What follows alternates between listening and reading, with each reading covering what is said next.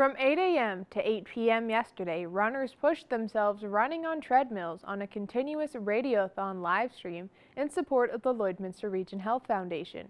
Josh Howerlack has the details on the Gift to Health fundraiser.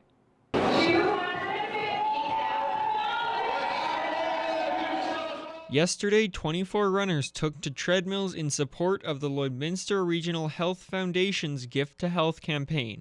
In an attempt to raise $500,000 throughout the day, the event was live-streamed to over 200,000 viewers, with people calling in, making donations, and over 50 interviews with a variety of guests. It's just been a steady stream all day. Our donation staff are overwhelmed trying to keep up with getting all the donations programmed into the screen and saying thank you, and the response has just been unbelievable. Once again, Lloydminster comes through for us. I'm proud of myself, proud of my teammates. We're challenging each other, keeping each other going, and racking up those miles for a great cause. Obviously, the teammates, the donations and support coming in is motivating everyone. The music, the vibe is awesome. After 12 hours of running, streaming, an overwhelming community response, and multiple corporate sponsors, the fundraiser managed to raise over $500,000 to buy new medical imaging equipment for the hospital. But I'm doing well and I'm enjoying it. I work for the health region. I see the benefit that the Health Foundation sort of brings to the hospital, to the community. I love the community. I'm a great fan of the Health Foundation and the health region. So here I am doing what I can to support it. The money raised will be used to purchase a mobile digital radiology unit, a portable ultrasound unit with echo extension, and a mobile C-arm. The new equipment will allow doctors to get more timely and accurate scans and image diagnosis. As you can imagine, the newest medical imaging equipment isn't cheap. Each one is about $200,000, the two key pieces, and then the other two are $50,000 each. The Lloydminster Regional Health Foundation will also be using a small portion of the money raised as a part of their Christmas floral arrangements for isolated seniors in care homes. Josh Howerlack, Primetime Local News. A Lloydminster initiative is being recognized at the provincial level. The Think Lloyd First campaign was recently awarded a Marketing Innovation Award from the Saskatchewan Economic Development Awards of Excellence. Think Lloyd First is a collaboration between 9 community organizations that came about during the pandemic. The initiative focused on collaborating with the business community to share resources to educate the community on the business, products, and services available here in Lloydminster. Lloyd First campaign really helped engage our community and our business people to think the same way.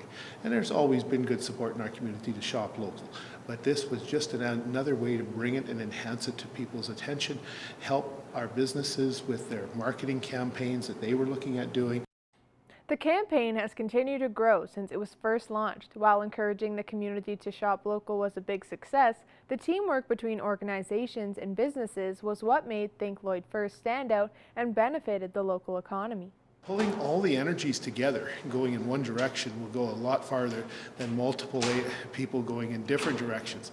And I think that's what made a significant difference, because I found businesses, when I went out and dropped off packages, were very excited to chat about having everybody on side. Students from the Lloydminster Public School Division are taking the time to practice their Cree this week. For more on the teaching and songs, here's Tate Laycraft. Hello. Hello. Down south. Down south. How are you? How are you? Clint Chokin is the First Nations, Métis, and Inuit consultant with the Lloydminster Public School Division. This week, he's visiting grade 1 and 2 classrooms across the city with the goal of teaching them Cree through music. When you hear something played through music, with music, and through song, you have more of a better chance of remembering what it is that's being listened to. The teachings are inspired by Clint's uncle, Brian McDonald, who was one of the first Cree-speaking teachers in Onion Lake in the 1980s. To try and use a different method, he started writing all these Cree songs. Now, some 40 years later, Brian's songs are still alive, accomplishing exactly what they set out to do. How are you? Tate Laycraft, Primetime Local News. In this week's Beyond the Classroom, we get a look at how students at E.S. Laird Middle School are learning how to smoke meat the traditional way. The outdoor ed class at E.S. Laird is taking a hands-on approach on how to survive in the wilderness. And with the help of the Cree and Indigenous Studies teacher at the school, the students were learning how to create a smoke shack and then properly smoke fish. I had a couple classes preparing, cutting the logs and the redwood, smoking creating the proper smoke for curing the fish, and so had a couple days of prep, and now today we get to see things happen. The class was smoking 2 kinds of fish, a process that usually takes 6 to 8 hours. Besides getting to enjoy the food afterwards, there's many benefits in learning how to smoke meat the traditional way. And Cree teacher Perry Shaboyer is happy to see Indigenous lessons taught in the classroom. When you're in the bush, you don't have materials you can run to the store to go purchase to build a fire shack, so it's so much simpler to just build it with materials that are already there. And kids learning that can use that as well as they're growing up too. Other lessons taught in the outdoor ed class have focused on food dehydration and other cooking methods. Mann believes that teaching kids how to smoke their own meat and fish will help them in their other hobbies. Lots of kids are into fishing and camping in the summer, and I think we'll see some of them give this a try this summer or when they're ice fishing in the winter to give this skill a try. And that's it for this week's Beyond the Classroom. At Lakeland College, our students are challenged to go beyond the classroom, so when industry knocks, they're ready to thrive. Learn more at lakelandcollege.ca. And now our Shelby Clark will get a look at tonight's forecast.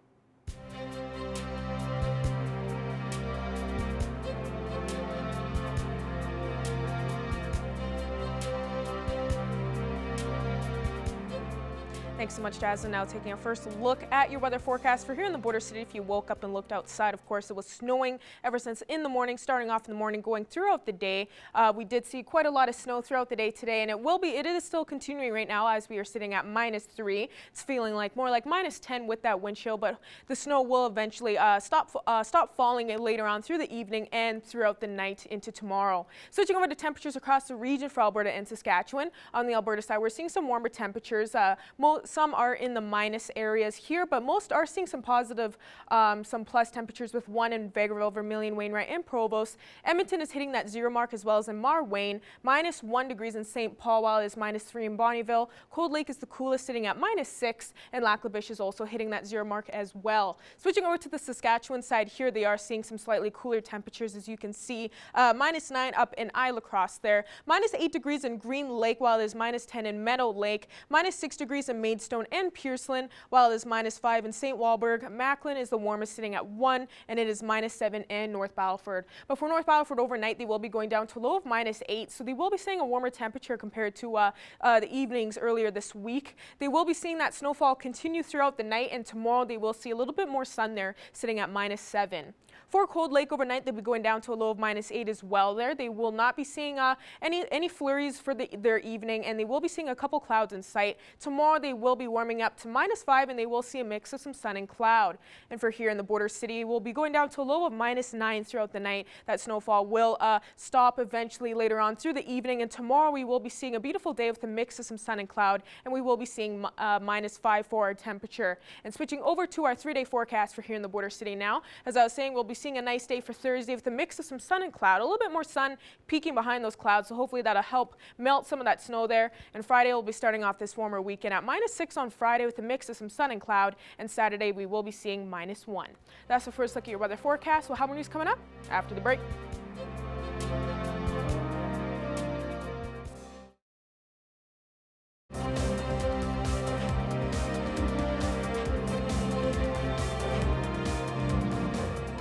Welcome back. 8 young Saskatchewan residents have the opportunity to be matched with a mentor through Agribition's Next Gen Agriculture Mentorship Program. Jillian Cote has more. Today, I'm joined by Chris Lane, who is the Chief Executive Officer of Agribition. Today, we're talking about the Next Gen Agricultural Mentorship Program. Chris, could you tell me why a program like this was created? Well, what we've seen in the few years of running the program is that it really fills a gap in the agriculture industry. You know, how do you get people who are young, who want to grow in the industry, whether they're producers themselves or whether they have some other role in agriculture, and how do you make sure that they're supported and have access to not only leaders and mentors, but also training and exposure to concepts that will help them become better leaders as their career in agriculture progresses. And who's eligible to apply for this program? Sure. So it is aimed at young people, generally under 40 years old in Saskatchewan, and they have to have made a decision in their lives to either pursue agriculture or be part of a farming operation now. And like I said, pursuing agriculture can mean a lot of different things. It doesn't have to be primary production. We're seeing in agriculture now there's a lot of opportunity in everything from tech and startup to value add. It doesn't matter if you're on the grain side or livestock side or anywhere in between. All of those options are open, and we actually look for and encourage a diversity of applicants from different various parts of the agriculture industry, so that as they build a community within the mentorship group, that they're exposed to lots of things that they might not see on their own operations or in their own lives. And what's the application process like? Usually what we like to do, and it's a process we're undergoing now, is when applications open for the next cohort, the next group of 8 mentees, we have a special advisory council that will go through and assess applications and do some interviews and follow up and figure out who is going to be in this cohort. And only then do we actually go out and start approaching people and connecting mentors with individual mentees. We find that it's really useful to know who's in the group, what their goals of the program are, and then go find someone who meets those goals and is a good pair, both personality, geography, and expertise, to make sure that the mentee gets the most out of the experience that is possible. So when someone goes to apply, what's the application process like? Yeah, we have the whole application system online at agribition.com. We've already got a bunch of applications in. So every year that we open a new round of applications, it seems to get more and more in demand, which I think is a good sign. That means that that the mentorship, the mentee graduates that are out there doing good things with the training that they were able to get and the mentorship that came from the program are they're obviously making an impact out there. So the reputation of the program is growing, and we look forward to seeing applications from all over the province and all over the different various applications of agriculture that are out there. That was all the questions that I had. Is there anything else that you'd like to add? You know, I think it's important to note that this is a pretty ambitious mentorship program. That when people do, you know, gain entry into it, it's an 18-month program, so you spend a lot of time. You know, you have a lot of different opportunities to engage with your mentor. You have different opportunities to take in professional training. You have opportunities through a whole production cycle year to learn and grow that way too. So, you know, for anybody who is interested in applying, it's a great program. It's pretty unique in the time that you spend in it, but it's also pretty important to know that you know the requirement is going to be that you show up and put what you have into it. It's a great program. You get in or you get out what you put in rather, and the successes that we've seen out of it are specifically because people really go in with the right attitude and the right enthusiasm. Perfect. Chris, thank you so much for your time today. Anytime. Thanks for having me. And now we'll take a look at your egg prices.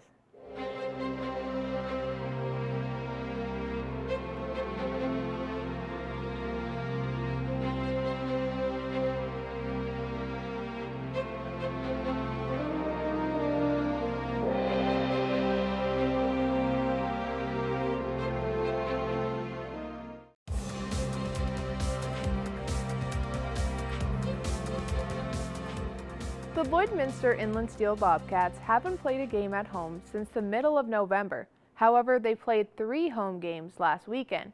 All 17 teams in the U18 AAA League met up in Edmonton for a league showcase. Evan Kenny has more.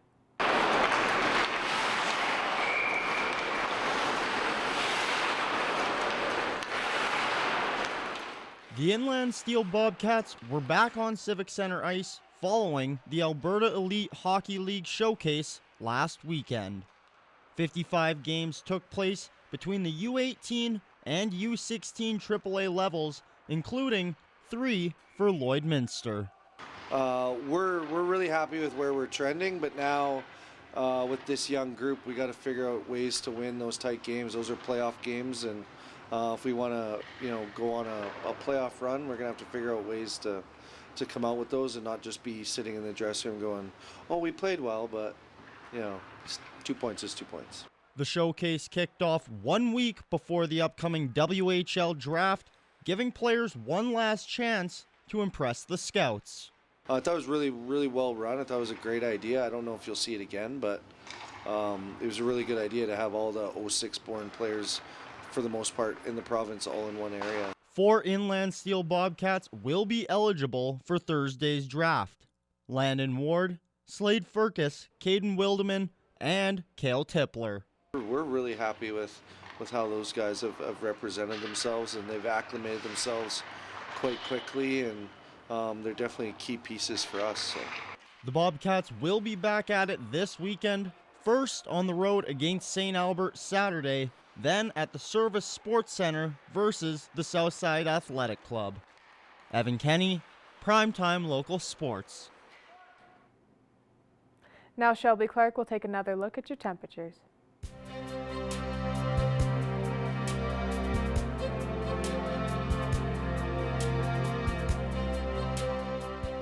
Thanks so much, Jasmine. Now taking another look at your weather forecast, we'll be looking at the central region of Alberta and Saskatchewan here. On the Alberta side, some spots are a little bit cooler right now with -1 in most spots on the map, -2 degrees in Edson and Whitecourt, while Edmonton is just hitting that 0 point and Rocky Mountain House is at -4. So we are warmed up quite a bit throughout compared to earlier on in the week as we were a little bit cooler. Switching over to the Saskatchewan side here, Meadow Lake and Prince Albert at -10 degrees, -11 in Melfort, while North Battleford is sitting at -7. And Saskatoon is the warmest there at -1. Switching over to our northern region of the provinces here, over on this end here, they are seeing a little bit of cooler temperatures, as you can see, cooling down quite a bit, but they aren't seeing as too bad as what they were seeing earlier on in the week. -14 for Uranium City, while Stony Rapids is at -16 degrees, -18 in both Wollaston Lake and South End, -17 in La Ronge and Flin Flon, while the rest are sitting at -11. Switching over to this end here, they are seeing some slightly warmer temperatures, especially down in this area here around Peace River, Grand Prairie, and Slave Lake, ranging from around -2 to -3 degrees. And then as we raise up higher there, Fort McMurray is at -8, and it is -10 and -12 in High Level and Fort Chipewyan.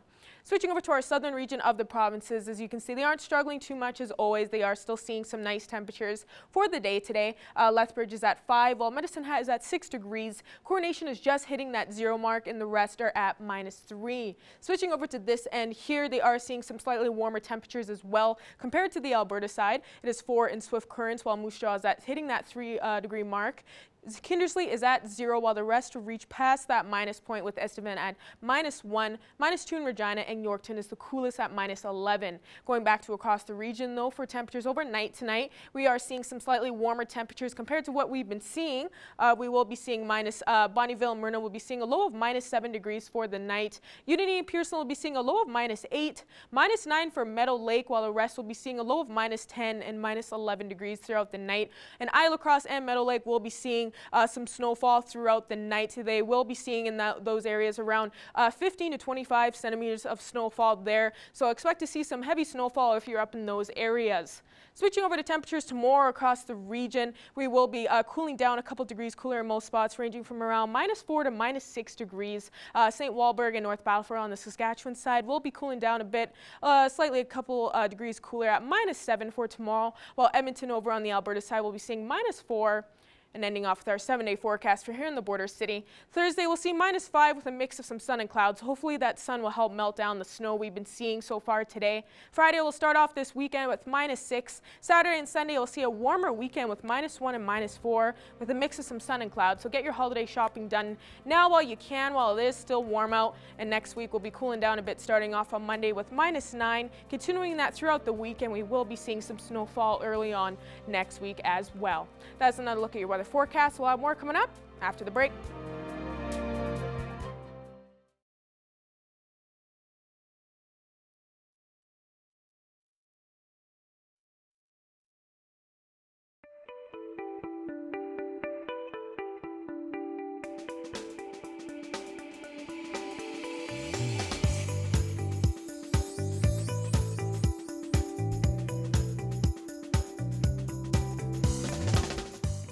Stephanie Dobson is back with us this week. Stephanie is a lawyer and mediator with Hank Divorce Law and Mediation here in Lloydminster. And we're back for another episode of Healthy, Thriving Family After Divorce. Now, Stephanie, we have been doing an ongoing series through the month of December, dealing with the holidays and with divorce and separation.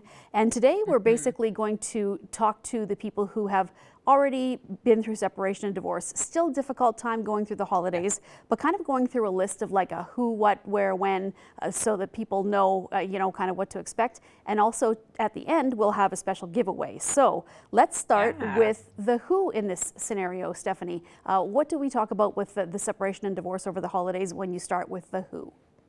Yeah, so the question here is who would be involved. So given that this topic today is for families who have spent one or more Christmases apart, likely they've had some challenges in the past. What I encourage you to do is to draw on that experience or those experiences to figure out who you want to have in your Christmas holiday bubble. So if you and your co-parent did try to do Christmas together in years gone past and it was successful, maybe you want to try it again. Or if it was a disaster, the conflict level was really high, don't, of course, put your kids through that stress again.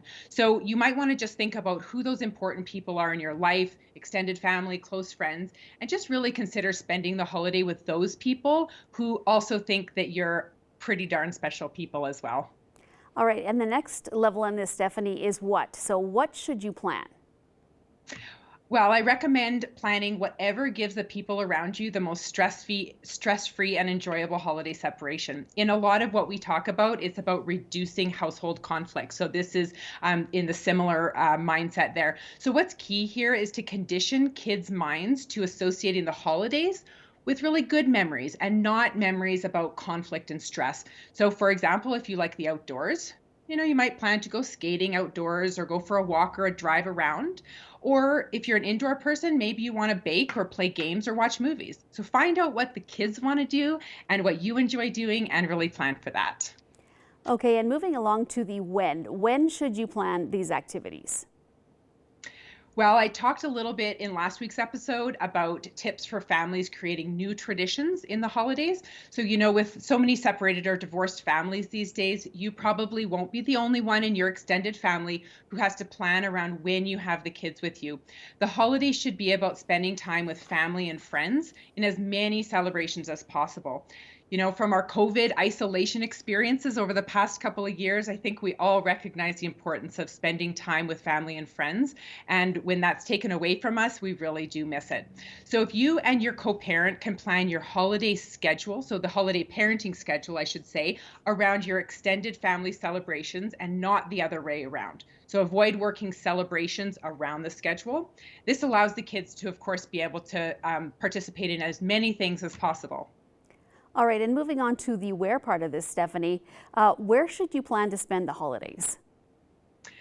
Well, when I think of the where and the travel, I can't help but look outside the window right now and see all the snow that's falling and all the roads that are becoming treacherous by the minute. So the question of where is, of course, going to depend on your parenting schedule. My recommendation is to try to limit the travel for the kids on these special days. So if that's Christmas Eve, Christmas Day, or whatever your special days are, try to avoid travel on those days. And just spend the time appreciating the people around you and spending it with the people that are special. If you and your co-parent are at great geographic distances, again, you'll maybe want to plan your schedule around exchanging the kids on a day that will be best for kids to not have to travel. And as we mentioned, Stephanie, you are going to give some viewers the opportunity to win a giveaway from Hank Divorce Law and Mediation, and in particular, Up a Notch Learning. So Stephanie, tell me what the giveaway is and how people can enter. Well, I'm very excited about this and to announce it. So as many of our viewers know, I've created an e-learning platform called Up a Notch Learning, and this empowers separating and divorcing families by using all of our resources on our e-learning platform. So we help families to make informed decisions so that they can thrive as co-parents. So in this platform, we have an online self-directed 90-minute course for purchase, and that's called Healthy Thriving Families 101. And that's intended for families in the initial stages of their separation and divorce who are really needing to work through all of the challenging issues associated with this transition. So this transition to course can be time consuming, overwhelming, and confusing. This course is regularly priced at $97, but as a gift away 10 courses for free. So all you have to do to get into this lineup for the free course is to email our office, and you just have to put in the keyword Thrive, THRIVE, and we'll send you out a promo code. So that email is info@henkadivorce.ca. Well, that is just awesome, Stephanie. Thank you so much for that and for giving the viewers the opportunity to get in. And there's so much as we've been going through this with separation and divorce to even just to get started. So this is fantastic. And we will put the information up on the screen as well for the viewers to enter. So Stephanie, it's been great chatting with you. And we'll be back for the last in this series next week. Thank you.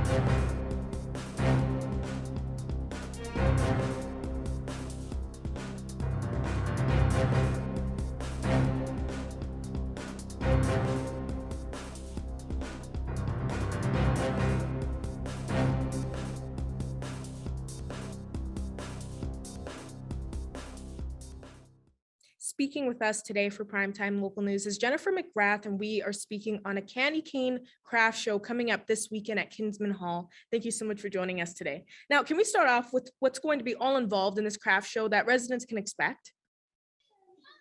Hey there. So basically, we decided this year, especially with COVID, a lot of crafters, we have some ones that just started up this year, and we wanted to do something fun for the community. There's a lot of people that are for the COVID vaccines, a lot of people that aren't. We wanted to kind of cater to everybody. We have one vendor per item. So we have someone that's selling hot chocolate bombs. She's coming from Saskatoon. We have ourselves that are going to have a table. We do a lot of personalization crafts and things like that. We have a guy who does custom knife sets. So that's going to be kind of cool to see that. We have Sunset Gourmet, we have a Scentsy Rep, we have Young Living Oil, Norwick's, and a bunch of other crafters that have decided to come on with us. It's Friday from 5 p.m. till 8 p.m., I do believe. Saturday, it will be from 9 a.m. till 6 p.m. and then Sunday, 10 till 4. There's also going to be a concession there, a free raffle table. It's free to come. We don't require vaccine passes or negative tests, but you will be required to still wear a mask, social distance, and hand sanitize upon coming into the building. Now, what exactly is this show supposed to be helping with that you're aiming for? Well, it's helping out the Kinsman Club. When we talked with one of the head guys, Darcy, he said that, you know, they are having a hard time with just keeping the lights on right now. And that was one of the main things that kind of spoke to me when we went and looked at different places. When he told us that, I was like, okay, this is definitely the place that we have to host this at. And we have to help these guys out. They do lots with like the trees in Lloyd and giving back to the community. So this is kind of our way of helping them help the community, basically. Is this the first craft show that you've helped organize for the Kinsman Club? I've been to other craft shows, attending them for a crafter of myself. This is the first time we have actually hosted one. So fingers crossed it goes well for us. Yeah. But yeah, this is definitely our first one. It's kind of nerve-wracking, but I've kind of seen how they go in past years.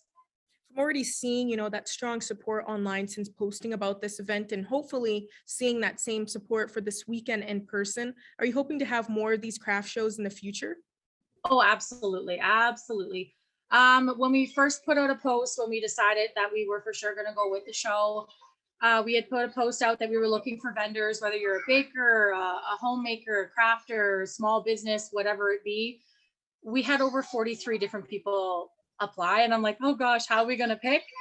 It came down that the space is small. We were only able to do 13 tables total. But I think with the amount of people that we do have coming and all the support from the community sharing our posts about the craft show, I think it's going to be an awesome show, and there's going to hopefully be lots of people, and yeah. And I know you've already brought up the details earlier on in this interview, but just for people that may have missed that, may not have seen it online, where can they go to access all the information for this craft show? If you have Facebook, we do have a group. It would be under Candy Cane Craft Show. There's also an event group that was made. Again, it'd be under Candy Cane Trade Show, or they can call or text me or email me. My email is posted all over those groups. It's been shared in pretty much every group that I can think of that's on Facebook for Lloydminster and area. Or they can just come on down to the Kinsman Hall and see us Friday, Saturday, or Sunday. Perfect. Well, good luck. I hope a lot of people show up for this show this weekend and you see some good support. And thanks again so much for joining us today, Jennifer. Thank you. Now we'll be ending off with taking another look at tomorrow's temperatures across the region here. As you can see, we will be cooling down just a bit, ranging from around -5 to -7 degrees in most spots, but we won't be seeing much snowfall here in the Border City area. And switching over to our 7-day forecast, another look there with a mix of some sun and cloud. We'll see tomorrow on Thursday with -5, so hopefully that snow will help melt some of that snow that we received today. Friday, starting off the weekend, we'll see -6 and -1 on Saturday, so get your holiday shopping done while you can, while we see these beautiful temperatures on the weekend. Sunday will end off with -4, and next week we will start off a little bit cooler at -12 on Monday to start off the week, and then we'll be seeing some snowfall there on Tuesday and Wednesday, so expect to see some more snow later on in next week with -9 on Tuesday and -15 on Wednesday.